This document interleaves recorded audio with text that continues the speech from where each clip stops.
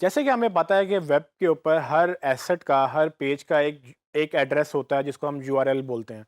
ये address identify करता है कि कोई रिसोर्स, कोई इमेज, कोई पेज कहाँ पड़ा हुआ है और जब भी आप ब्राउज़र में वो यूआरएल ओपन करते हैं, तो वो आपको वो चीज़ नज़र आने लग जाती है क्योंकि वो एग्ज़ैक्टली उसका एड्रेस होता है।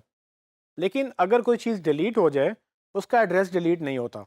जब गूगल आपके किसी पेज को इंडेक्स कर लेता है और गूगल के डेटाबेस में वो यूआरएल आ जाता है, लेकिन आप पीछे से वो फाइल डिलीट कर दें या वो पेज डिलीट कर दें, तो गूगल के इंडेक्स से वो डिलीट नहीं होता, बल्कि गूगल में वो अवेलेबल रहता है। और जब वो अवेलेबल रहता है, तो उससे क्या होता है कि अगर किसी ने सर्च किया हो और वो उस यूआरएल पे क्लिक करे जो आपने डिलीट कर दिया था या चेंज कर दिया था, तो सर्वर को उस एड्रेस पे कुछ नहीं मिलेगा।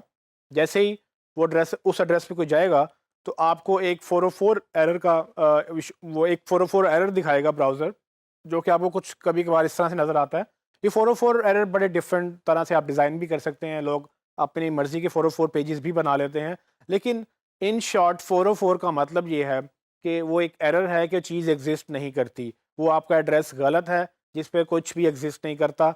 आपको 404 एरर तब नज़र आएगा जब पेज का यूआरएल या जो फाइल का यूआरएल है वो एग्ज़िस्ट नहीं करेगा। ये एक बहुत बड़ा प्रॉब्लम है। गूगल ये समझता है कि अगर आपके ब्रोकन यूआरएल्स हैं, तो वो आपको उस पे एसईओ में वैल्यू डाउन करेगा और अगर यूज़र आपकी वेबसाइट पे आता है और वो एक ब्रोकन पेज पे लैंड करता है, तो वो आपकी वेबसाइट छोड़ जाएगा। और इसके अलावा आपका बिज़नेस में भी काफ़ी इम्पैक्ट पड़ता है इन ब्रोकन यूआरएल्स की वजह से। तो इसमें 3 मेन चीज़ें देखने वाली हैं। आपकी एसईओ इफ़ेक्ट होती है, आपका यूज़र छोड़ के चला जाता है और गूगल पसंद नहीं करता ऐसी यूआरएल्स को, इसलिए वो आपकी जो है आपको पूरी की पूरी वेबसाइट को इम्पैक्ट करता है कि जी ये वेबसाइट में ब्रोकन यूआरएल्स इतने ज़्यादा हैं कि लोग क्लिक करके आते हैं और उन पे कुछ नहीं मिलता। वो आपकी वेबसाइट है या आपके क्लाइंट की वेबसाइट है, आपने ब्रोकन यूआरएल्स को आइडेंटिफ़ाई करना होता है और आइडेंटिफ़ाई करने के 2-3 तरीके हैं। कि एक तो ये कि आपको वैसी कोई पेज नज़र आ जाए कि जब आप जाएँ, सर्च करें और आपको नज़र आ जाए कि ये पेज तो एग्ज़िस्ट नहीं करता, आप उसको ठीक कर लें। लेकिन ये भी हो सकता है कि आपको पता ही ना हो और आपकी वेबसाइट पे ब्रोकन यूआरएल्स हों। और ये कब होता है, इसकी 2 कंडीशंस हो सकती हैं। एक तो ये कि जब क्लाइंट या आप किसी ने भी आपसे पहले या आपने ही अगर कोई पेज डिलीट किया हो, किसी वेबसाइट से पेज डिलीट हो और वो गूगल ने इंडेक्स कर लिया हो डिलीट होने से पहले और बाद में जब वो डिलीट करे, गूगल के डेटाबेस में वो रहेगा और जब भी उस पे कोई क्लिक करके आएगा तो वो ब्रोकन यूआरएल के तौर पे 404 एरर दिखाएगा। सो या तो पेज डिलीट हो जाता है या कभी-कभार ये भी होता है कि आपने एक आर्टिकल लिखा, अब आपको नाम उसको चेंज करना था, आपने थोड़ी बहुत चेंजेस की और आपने उसका नाम डिफरेंट कर दिया, उसका यूआरएल डिफरेंट हो गया। अब बेसिकली आपने पेज तो डिलीट नहीं किया, लेकिन वो यूआरएल जो पहले गूगल इंडेक्स कर चुका था या सर्च इंजन इंडेक्स कर चुके थे, अब उसका यूआरएल चेंज हो गया। पुराने यूआरएल पे कोई भी नहीं जा सकेगा क्योंकि वो एग्ज़िस्ट नहीं करता। अब वो डिलीट हुआ या वो चेंज हुआ, वो एक ही बात है। तो ये जब इश्यूज़ आते हैं, तो आपको ये देखना होता है कि जब आप वेबसाइट माइग्रेट कर रहे हैं, माइग्रेट से मुराद कि अगर आपने नई वेबसाइट बना ली है या आपने एक पेज की जगह दूसरा नया पेज बना लिया है, तो आप पुराने यूआरएल से नए यूआरएल पे रीडायरेक्शन लगाएँ। रीडायरेक्शन एक कमांड होती है जो कि हम डिस्कस कर चुके हैं, कंटेंट डुप्लीकेशन जब हमने टॉपिक डिस्कस किया था उसमें मैंने आपको बताया था कि कंटेंट डुप्लीकेशन को रोकने के लिए www से नॉन www पे या http से https पर कैसे रीडायरेक्शन से आपने करना है। लेकिन रीडायरेक्शन सिर्फ वहीं तक लिमिटेड नहीं है। अगर आप कोई पेज डिलीट करें, जो कि बहुत नेचुरल है क्योंकि अगर आपको पेज अब नहीं चाहिए आप डिलीट कर देंगे, आप डिलीट कर दें लेकिन उसको रीडायरेक्ट ज़रूर करें। रीडायरेक्शन का मतलब ये होता है कि आपने जो पुराना यूआरएल था उससे आपने एक नए यूआरएल पे एड्रेस दे दिया। जब भी यूज़र या गूगल उस पुराने यूआरएल पे जाएगा, तो ब्राउज़र एक नया यूआरएल दिखा देगा और यूज़र को पता ही नहीं चलेगा कि वो कौन से पेज से आया, कौन से पेज पे लैंड कर गया। अगर वो यूआरएल देखेगा, उसको समझ आ जाएगी कि पुराना यूआरएल अब नहीं एग्ज़िस्ट करता, वो नए यूआरएल पे ऑटोमैटिकली वो लोड हो जाएगा।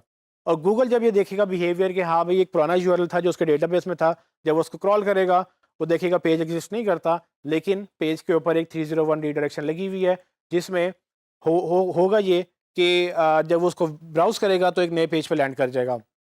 तो गूगल ये समझ जाएगा कि अब ये एड्रेस ख़त्म हो गया, इसकी जगह एक नया एड्रेस आ गया है। जैसे ही वो नया एड्रेस देखेगा, गूगल के डेटाबेस में वो पुराना एड्रेस ख़त्म हो जाएगा और नया एड्रेस वो ऐड हो जाएगा। सो ये ब्रोकन यूआरएल्स फाइंड करने के लिए आप एक टूल यूज़ कर सकते हैं, जिस तरह कि W3C वैलिडेटर का चेक लिंक्स का एक टूल है। इस पे आप जाके अपनी वेबसाइट चेक कर सकते हैं, डिपेंडिंग ऑन की वेबसाइट कितनी बड़ी है, ये उतना ही टाइम लेगा। लेकिन एक आसान तरीका भी है ब्रोकन लिंक्स चेक करने का, वो है Google webmaster tools. Google web master tools के ऊपर हमने पूरा एक टॉपिक डिसाइड किया हुआ है। जब मैं आपको पूरा टॉपिक बताऊँगा गूगल वेब मास्टर टूल्स क्या होते हैं और कैसे चलता है, उसके अंदर मैं आपको ये भी बताऊँगा कि उसमें ब्रोकन यूआरएल्स गूगल कैसे आइडेंटिफ़ाई करता है। मैं जो गूगल वेब मास्टर का टूल इसलिए पसंद करता हूँ कि गूगल ब्रोकन यूआरएल्स गूगल में ही हैं, और गूगल से बेहतर हमें नहीं बता सकता कि उसके बाद कितने यूआरएल्स हैं जो कि ब्रोकन हैं। तो जब हम अपनी website Google web master tool में रजिस्टर करेंगे, वो हमें सारे ब्रोकन यूआरएल्स बताएगा, और जब वो हमें ये बताएगा तो हम उसको फिक्स भी कर लेंगे। सो इन शॉर्ट आपने ये अंडरस्टैंड करना है कि ब्रोकन यूआरएल्स जो हैं वो डेंजरस हैं आपकी वेबसाइट के लिए। आपकी वेबसाइट में अगर लिंक्स ऐसे हैं जहाँ पर लोग आते हैं या गूगल आता है और वो 404 एरर शो करते हैं, आपने उसको फिक्स करना है। अगर आपको नहीं पता कैसे फिक्स करना है, अगेन ये वो एडवांस पार्ट है जिसकी हमने पहले बात की। आपने अपने डेवलपर से कहना है कि भाई मुझे ये फिक्स करवाना है, आप इसको फिक्स कर दें। वो उसको पता होगा कि 404 एरर कैसे लगते हैं। अगर आप वर्डप्रेस यूज़ कर रहे हैं, आपको प्लगइन मिल जाएंगे।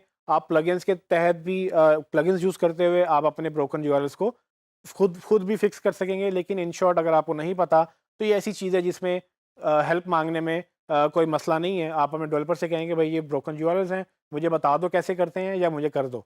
जब आपको खुद समझ आ जाएगी आप खुद भी कर लेंगे। लेकिन ब्रोकन यूआरएल्स अगर होंगे तो आपके एसईओ पे नेगेटिव इफेक्ट होगा। इसको आपने ख़त्म करना है इन एनी केस।